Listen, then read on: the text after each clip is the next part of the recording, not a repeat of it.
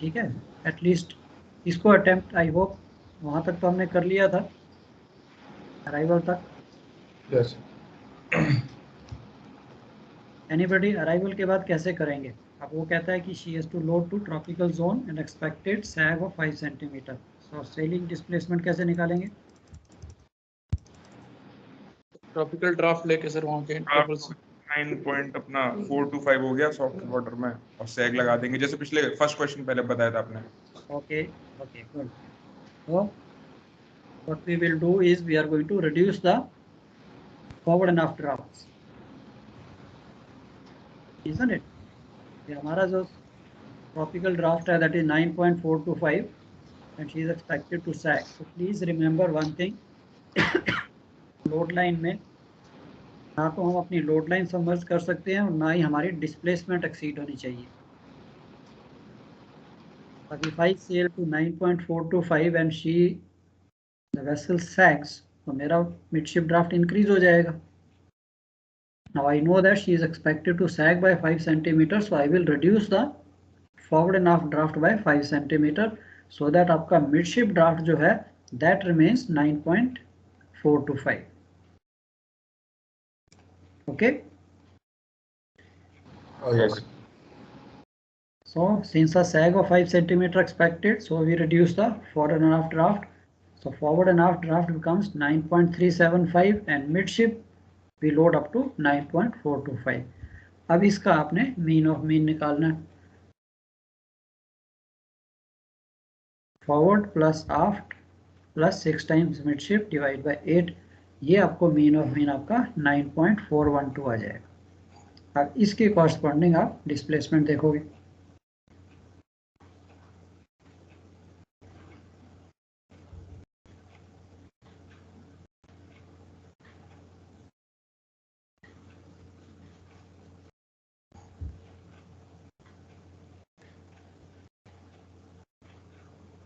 Sir answer 7384.4 है क्या? Answer है 7482.86। आपका कितना आ रहा है? 74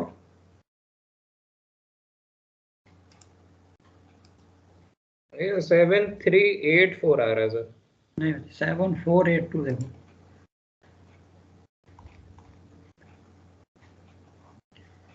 ठीक है, आपकी कितनी आ गई डिस्प्लेसमेंट फॉर 9.412 के लिए? 20,054.6। How much displacement you got for 9.412?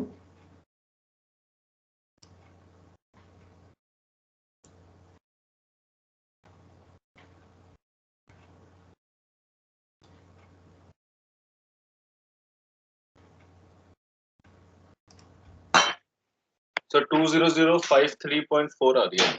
चलो कोई बात नहीं, इंटरपोलेशन में कोई बात नहीं। अब आपने अराइवल डिस्प्लेसमेंट निकालनी है because you have consumed 60 tons and you have received 400 tons of fresh water. तो अब इसको हम माइनस एंड प्लस करते हैं, तो हमारी arrival displacement after consumption and replenishment 12,571.74। इसमें से मैं आपकी जो 20,054.6 है उसको माइनस करता हूँ, that gives you the cargo fuel.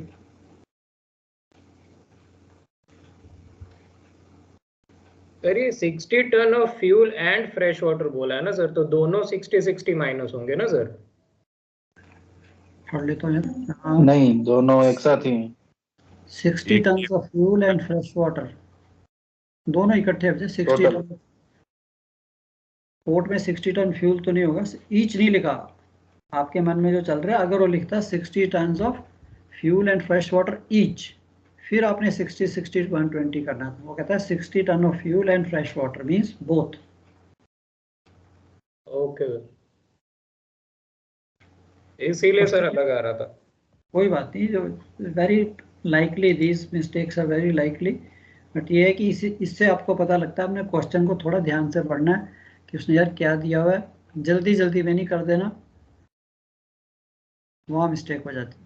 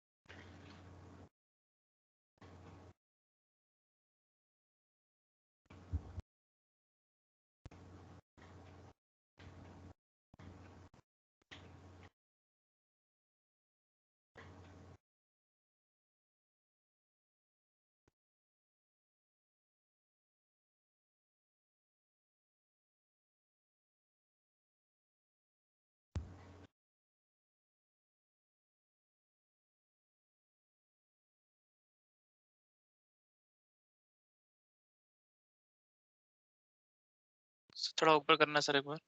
Okay okay और ओके सर, ओके सर।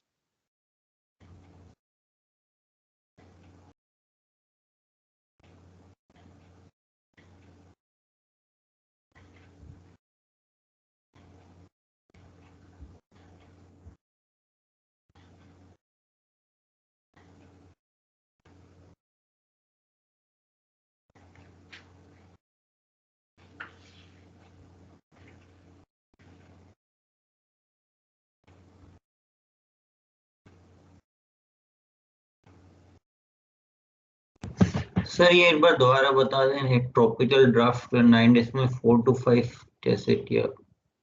हाँ, अभी देखो बच्चे हमारा ट्रॉपिकल ड्राफ्ट जो है that is 9.425 isn't it? And अब वो इसमें कहता है the vessel is expected to sag. Just imagine if I load to 9.425 forward, 9.425 aft, and if she is going to sag by 5 centimeter, तो मेरा मिडशिप ड्राफ्ट क्या हो जाएगा? माइनस प्लस एक्सीड प्लस हो जाएगा। प्लस करेगा मींस एक्सीड कर जाएगा, लोड लाइन एक्सीड कर जाएगा, isn't it? Yes sir, yes.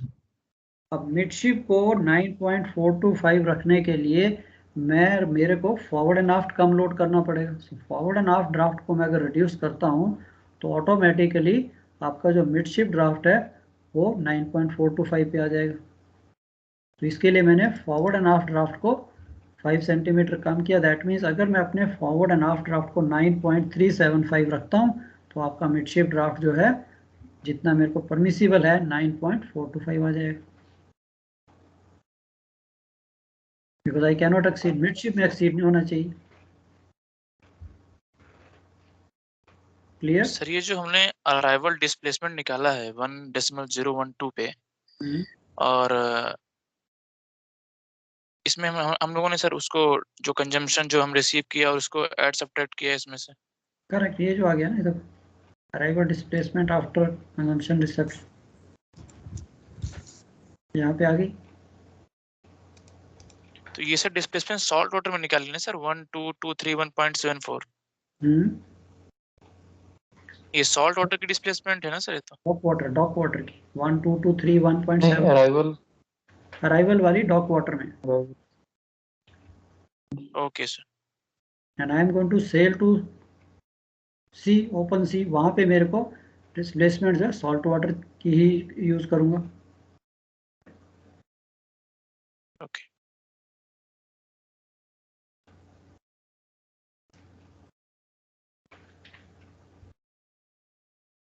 Sir ये जो सेकंड करेक्शन है जो डिस्प्लेसमेंट में हम ऐड करते हैं, ये कन्वर्जन से पहले ही करना है हमेशा, उसके बाद नहीं कर सकते? जो हम सी वाटर डिस्प्लेसमेंट को डॉक वाटर में कन्वर्ट किया उससे पहले ही सेकंड करेक्शन लगाना है? करेक्ट. सो हम पहले टोटल अराइवल डिस्प्लेसमेंट निकाल लेते हैं जो भी हमने प्लस माइनस करना है. तो हम यहाँ पे आ जाते हैं. वो बात किया था तो आंसर चेंज हो गया उससे, थोड़ा फर्क पड़ेगा. यस, उसको आप पहले कीजिए. First trim correction, second trim correction, heel correction, फिर आप आ जाते हो arrival displacement in salt water. This ये आपकी करेक्शन लगी. First trim correction, second plus minus करके then you come to the arrival salt water displacement. फिर हम उसको कन्वर्ट करेंगे to the dock water.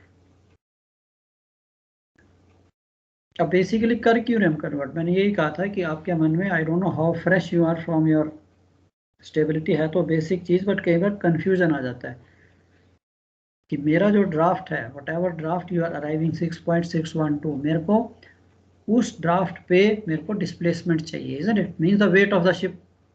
Weight of the ship तो change नहीं होता. अगर मैं एक डेंसिटी से दूसरी डेंसिटी में जाता हूँ तो वेट तो सेम रहेगा ना, ये चेंज हो जाएगा? Yes sir, same sir, same. Displacement same रहेगा. एग्जैक्टली. एक सिंपल भाषा में कि डिस्प्लेसमेंट क्या है? Is the weight of the total weight including everything. अब मेरी सॉल्ट वाटर की डिस्प्लेसमेंट जो है वो आपकी आ रही है 12388. अब ये एंड जैसे ही मैं डॉक वाटर में जाता हूँ तब मेरी डिस्प्लेसमेंट आ रही है 12331. ये चेंज क्या हो रहा है इसमें? ये क्यों चेंज हो? Draft under water volume change हो रहा है सर, ड्राफ्ट Correct. चेंज हो जाएंगे, डेंसिटी चेंज हो रही है, देन इक्विवेलेंट डिस्प्लेसमेंट आ जाती है वहां। करेक्ट।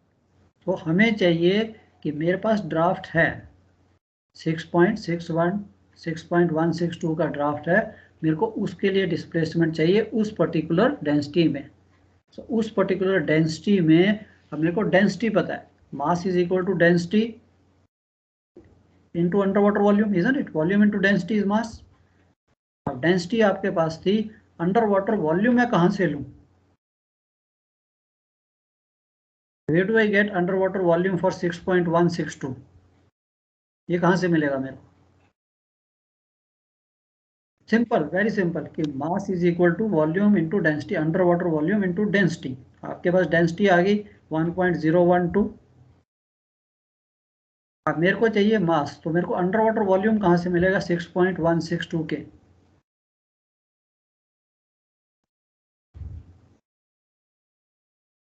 बताइए। जिस डेंसिटी में फ्लोट कर रहा है सर डिवाइड कर देंगे, अंडर वाटर वॉल्यूम आ जाएगा।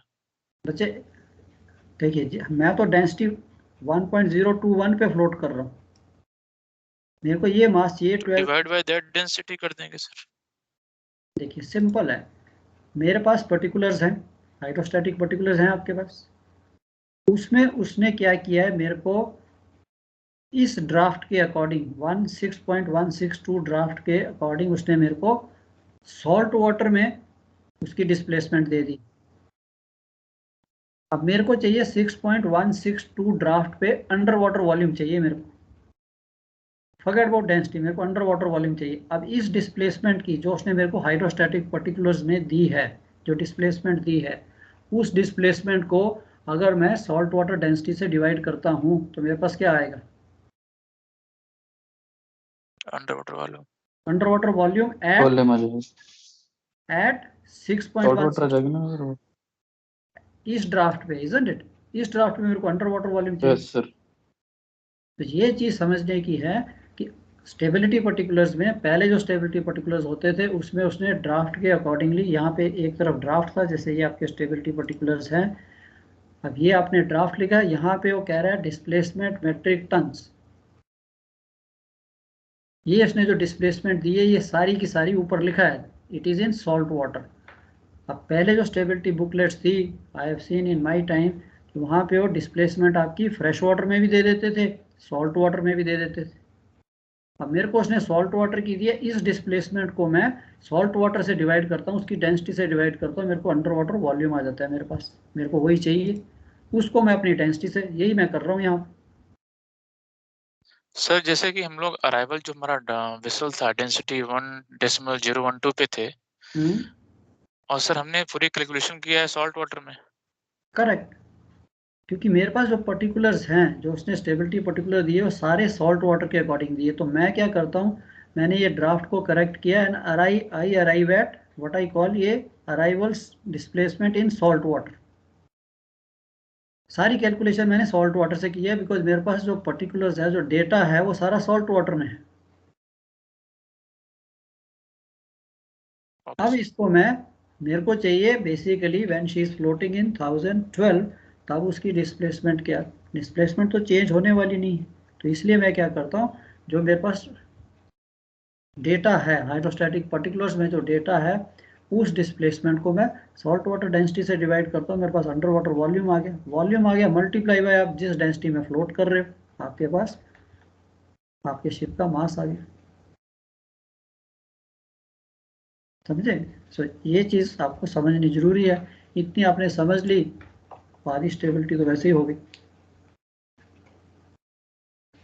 क्योंकि 1012 पे उसने अंडर वाटर वॉल्यूम नहीं मेरे को दिया कहीं पे, वो मैं यहाँ से निकालता हूँ, फिर मैं अपनी डेंसिटी से मल्टीप्लाई कर देता हूँ। चलो हो गया बच्चे सबका?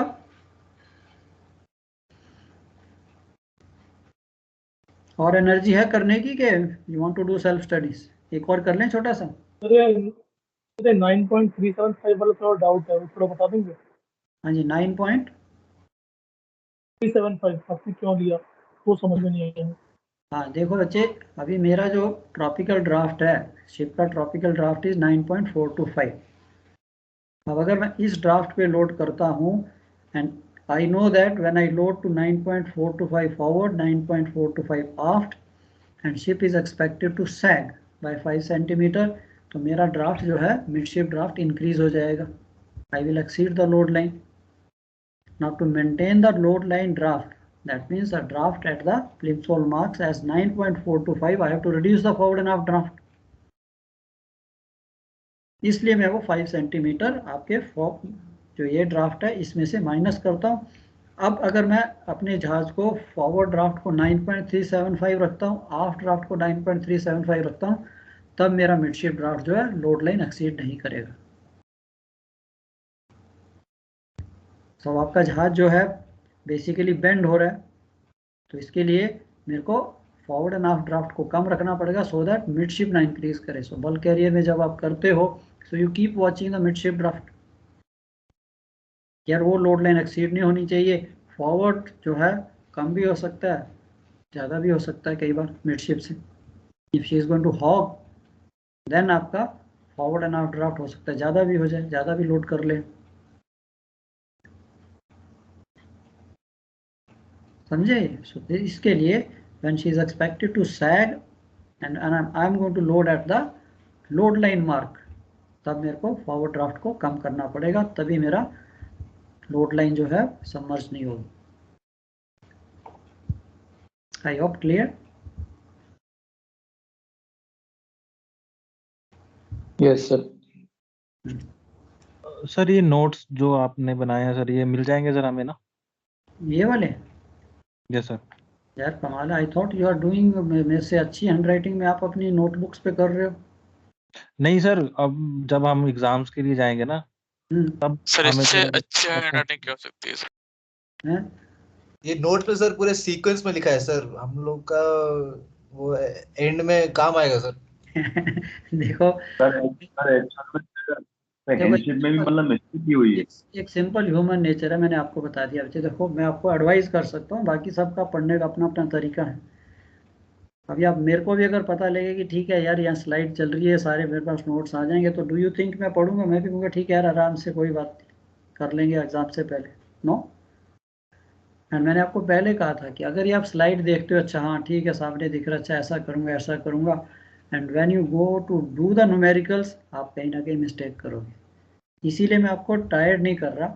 1 या 2 क्वेश्चन हम करते हैं, सीरियसली अपनी नोटबुक पे कीजिए, आपको इसकी जरूरत ही नहीं पड़ेगी. प्लस जब आपने एक बार अपने हाथ से कर लिया, ये डेटा निकाल लिया, देख लिया, प्रैक्टिस कर ली, 50% it has gone into your permanent memory. अब एग्जाम से पहले आपने अपनी उसी नोटबुक को खाली रिवाइज करना है, दैट्स ऑल. 50% तो आपने इसको पहले ही रिटेन कर लिया. देखने से नथिंग इज रिटेन. जैसे ये स्लाइड बंद होती है, चाहे आप अपनी स्लाइड पे देख लीजिए, अपने मोबाइल पे देख लीजिए, जब तक दिख रहा है तब ठीक दिखता है, जब उसको बंद कर दोगे it is gone out of the mind also. अब आप बताइए मेरे को, should I send you this or you will do it on your own notebooks? मेरी एडवाइस है सर हम ना साथ साथ करते जाइए. हम इसकी एक रिवीजन भी करेंगे, जैसे ही सिलेबस ख़त्म होता है, थ्योरी ख़त्म होती है, फिर मैं दोबारा से पकड़ता हूँ इसको भी और उसके साथ टैंकर न्यूमेरिकल भी. अभी हमने ये करने हैं, तो प्लीज़ फ्रॉम डे 1 इसको अपना साथ साथ लिखते जाइए. अगर आपको डाउट आता है कि नहीं sir I have no objection, okay I will give it to you, but what I want is that please इनको मगअप मत कीजिए कि आपने ब्लाइंड याद करके वहां पे कर दिया, क्वेश्चन थोड़ा सा चेंज हुआ तो हम लपेटे में आ गए. नहीं ओके. सो इस चीज की मत आंसर में अगर 1-2 टन का सर डिफरेंस आता तो चलेगा ना सर? यस, कोई बात नहीं, कोई फर्क नहीं पड़ता. वो इट इज अंडरस्टूड कि कई बार आप 2 फिगर में लोगे, कहीं 3 फिगर में लोगे, तो थोड़ा बहुत फर्क, कई बार इंटरपोलेशन में भी थोड़ा बहुत फर्क आ जाएगा. It is understood, but principally मैं कहीं गलत नहीं होना चाहिए. Okay sir. अब मेरे हिसाब से पूछिए, अगर मेरे पास जब मैं क्वेश्चन पेपर चेक करता हूं तो इवन 1, 2, 3 टन है, मेरे को पता है ये फर्क आएगा, I give full marks, but I can't say about other examiners. And मेरी ओपिनियन में कि बाई चांस अगर आपकी फिगर 1-2 टन फर्क भी आता है तो ही शुड डिडक्ट 2-3 नंबर ही काटने चाहिए, इससे ज़्यादा नहीं. ठीक है। सो जितनी हम प्रैक्टिस करेंगे, in my opinion don't worry, 1-2 turns doesn't make a difference, उतना सबका फिगर जो है अलग अलग आ सकता है। Even I can also sometime I also round about की ठीक है यार इतनी मैनिपुलेशन कौन करे, 4-1-2 है तो 4-1-3 हो गया तो कुछ नहीं फर्क पड़ता। But rest of the things अगर आपने ठीक की हैं, nothing to worry at all, nothing. ज़्यादा से ज़्यादा 1 या 2 नंबर, मैं नहीं काटता नंबर। आई अंडरस्टैंड कि इतना ठीक है, क्रॉस चेकिंग होगी, सब कुछ होगी, सब ठीक हो जाएगा। शिप पे भी आप इतनी एरर नहीं करोगे, एक बार आप कैलकुलेट करते हो दोबारा से चेक करोगे, या सर्वेयर भी आपके साथ कर रहा है, there are no chances of making mistake. Exam में आपका थोड़ा स्ट्रेस आता है, मिस्टेक क्यों होती है, स्ट्रेस के करके, या टाइम फैक्टर आ जाता है, अरे इतने क्वेश्चन बाकी हैं अभी, आप जल्दी जल्दी में तब मिस्टेक होती है। पीसफुली करोगे नोबडी विल मेक मिस्टेक। चलो एक और कर लें कि सेल्फ स्टडीज करनी है? Self study. आप होमवर्क दे दो, होमवर्क दे दो सर होमवर्क दो सर, घर पे कर लेंगे हम लोग। 3-4 क्वेश्चन वाला दे दो इकट्ठे। हाँ चलो ये लीजिए, इसको यहाँ करना है यहाँ कीजिए, बाद में करना है बाद में कीजिए। बाद में कर लेंगे सर घर पे। ठीक है, whatever you feel. So कल मैं चेक करूँगा, so please let me know, or if you face any problem. थोड़ा सा अलग है ये,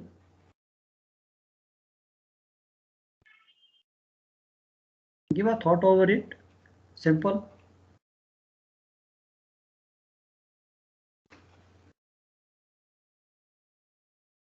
तो बस एक क्वेश्चन होमवर्क है। Yes, okay. क्वेश्चन लिख लीजिए, तभी कह रहा हूँ मैं, आपका बुक जो है बहुत अच्छी बन जाएगी आपको। मैंने ये नहीं किया, मैं स्क्रीनशॉट ले लिया। कोई बात नहीं बच्चे, जो भी आपको अच्छा लगता है इसको बुक में भी लिख लीजिए, आपके पास एक रेडी रेकनर बन जाता है, किसी स्टेज पे भी आपने देखना है। बिकॉज हमेशा क्या होता है कि आप कुछ ना कुछ पॉइंट्स जो हैं, अब मैंने तो यहाँ डायरेक्ट कैलकुलेशन की है, आप जब लिखोगे, जब मैं भी अपनी बुक में करता हूँ तो कहीं ना कहीं पॉइंट लिख देता हूँ कि हाँ यार इसको ऐसे करना है, इसको ऐसे करना है, इसको ऐसे करना है, साइड में हम लिख लेते हैं फुट नोट की तरह, चाहे मैंने फॉर्मूला ही लिखना है। तो इसके लिए आप अपनी नोटबुक पे करोगे, जो भी आपको लगता है, कहीं पे भी कंफ्यूजन नहीं। यहाँ पे तो कई बार शॉर्टकट हो जाएगा कि ठीक है straight way mean of mean calculator पे कैलकुलेट करके लिख दिया। अब 1 महीने के बाद मैं देख रहा हूँ यार मीन ऑफ मीन निकाला कैसे था, बट आपने फुट नोट में लिखा यार mean of mean is equal to forward plus half plus 6 time midship. इसीलिए मैंने आपको रिकैप दिया था, और रिकैप इज द बेस्ट, उसमें सारे स्टेप्स आगे कि यार कौन सा स्टेप कैसे करना है। इट विल टेक टाइम, थोड़े क्वेश्चन करोगे and you have to remain in touch, वो मैं आपको रखूँगा टच में। थ्योरी करेंगे, I think next week will start with the bulk की थ्योरी। कल एक और दे देंगे, एक तो और डिफरेंट वेरिएशंस करा के कल हम इसको फॉर अ टाइम बिंग के लिए रोक देंगे, नहीं तो बोर भी हो जाएंगे यार, कैलकुलेशन ही चल रही है। फिर थोड़ी थ्योरी करेंगे, वहाँ से बोर होंगे, फिर वापस टैंकर न्यूमेरिकल्स पे आ जाएंगे। एक बार बल्क की थ्योरी खत्म हो गई, फिर टैंकर न्यूमेरिकल शुरू करेंगे, फिर टैंकर की थ्योरी। तो ये आपका शेड्यूल रहेगा आई थिंक नेक्स्ट 1 मंथ तक। प्लेंटी टाइम है हमारे पास, नथिंग टू वरी। समझ लीजिए, एक बार समझ लिया, लिख लिया, बस फिर तो रिटेंशन है, एंड फिर एग्जाम में रिप्रोड्यूस करना है उसे।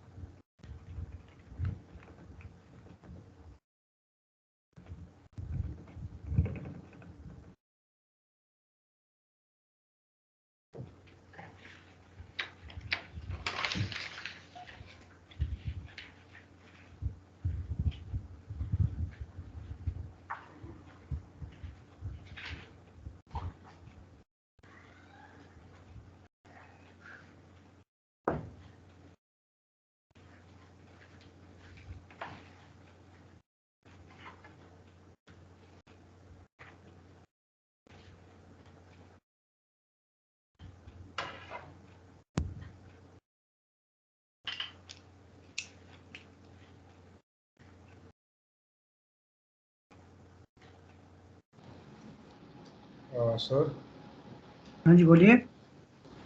सर इसमें हम लोग डिस्प्लेसमेंट निकालने के बाद we will add the cargo and then subtract the fuel oil and fresh water consumption. Correct. And then for that displacement we will look in the hydrostatic tables. Right. तो जो draft मिलेगा that will be our forward and aft draft. और जो midship का है उसको हम लोग 5 सेंटीमीटर सब्ट्रैक्ट कर देंगे।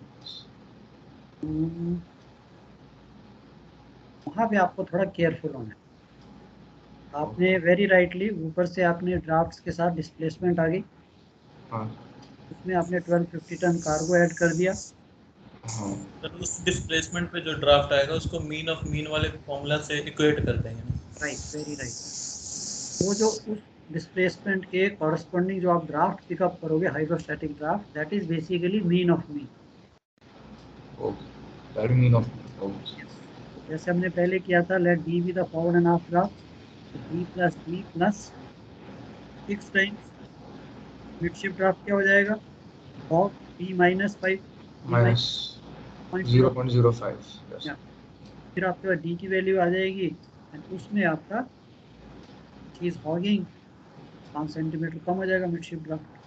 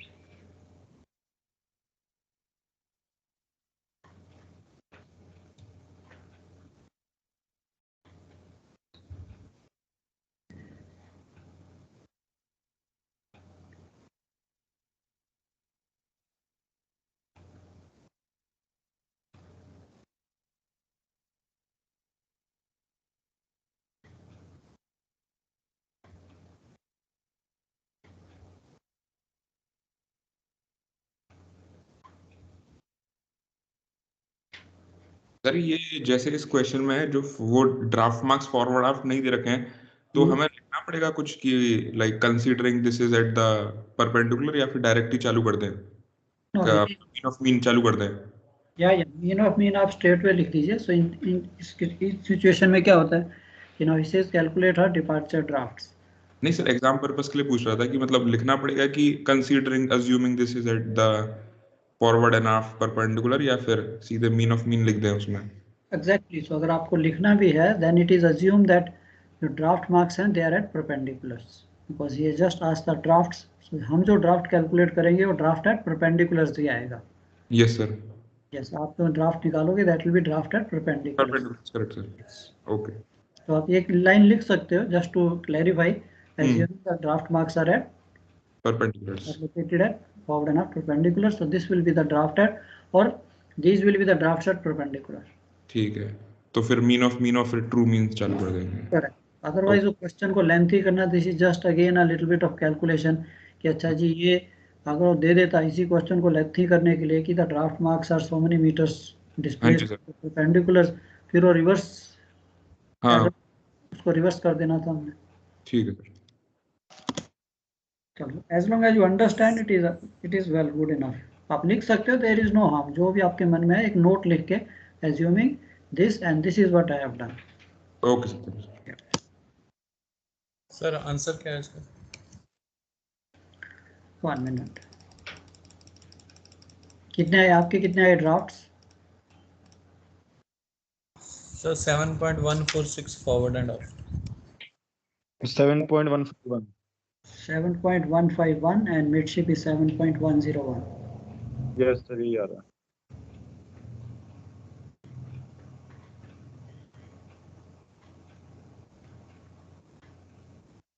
सर थोड़ा ऊपर कीजिए. ओके. नहीं सर ऊपर जो प्लेसमेंट. ओके.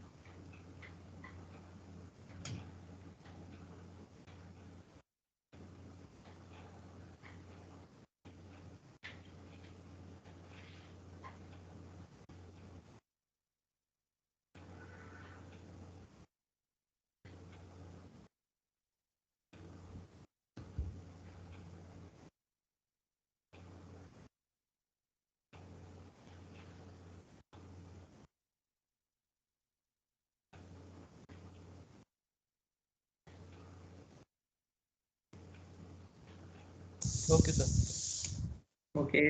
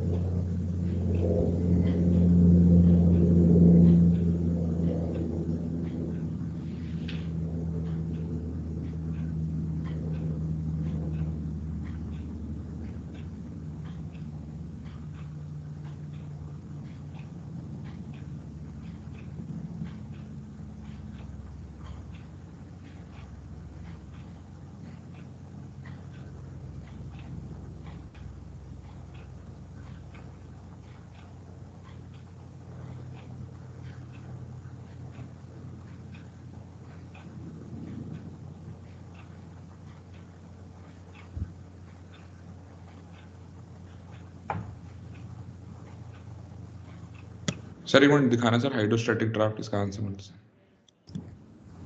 ओके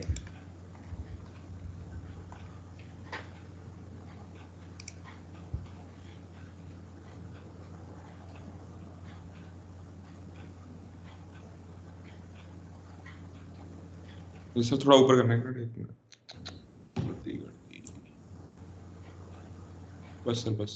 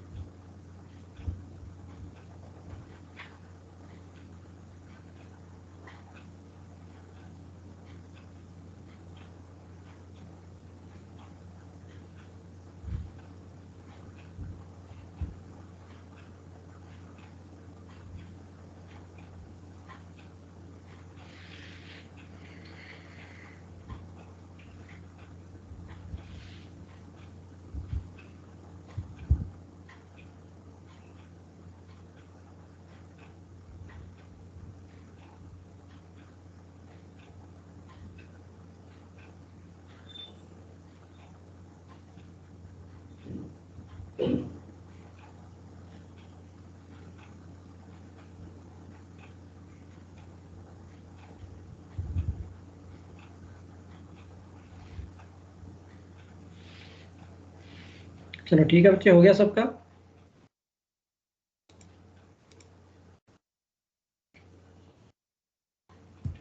हाँ सर। चलो okay then, can we call it a day?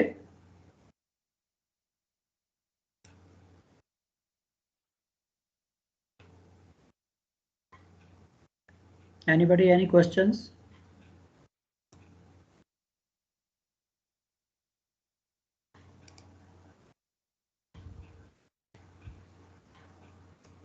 क्या कहते हो? All okay?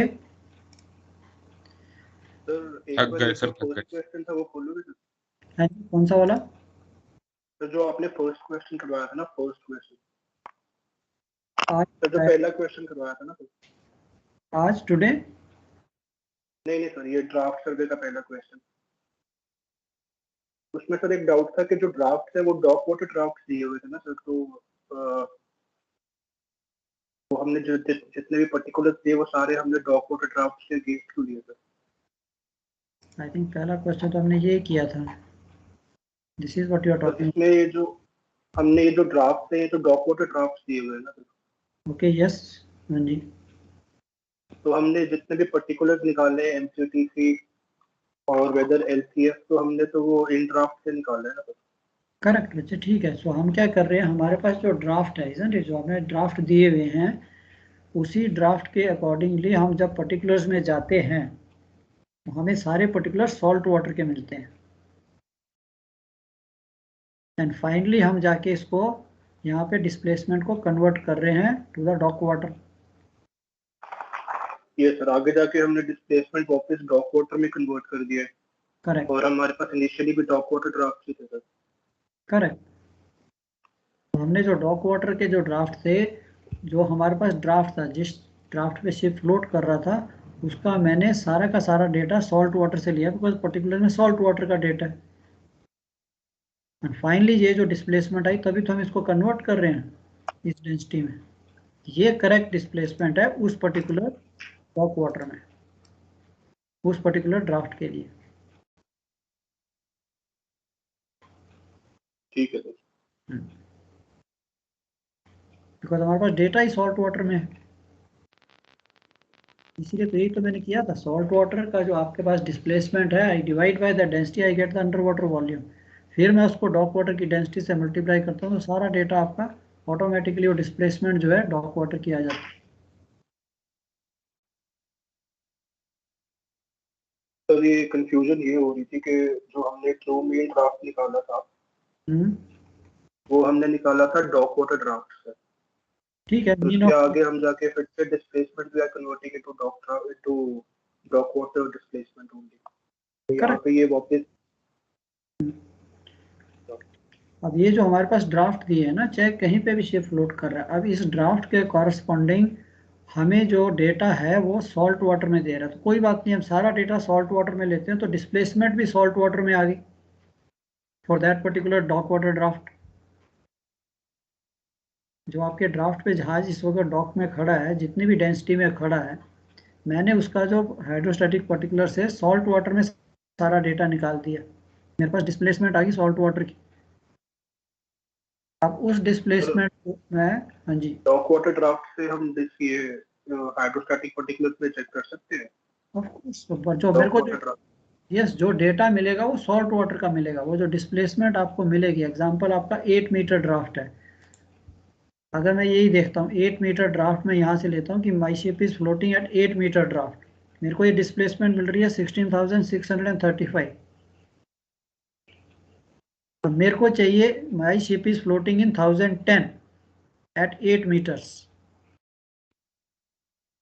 My ship is floating in 1010 density at 8 metre draft.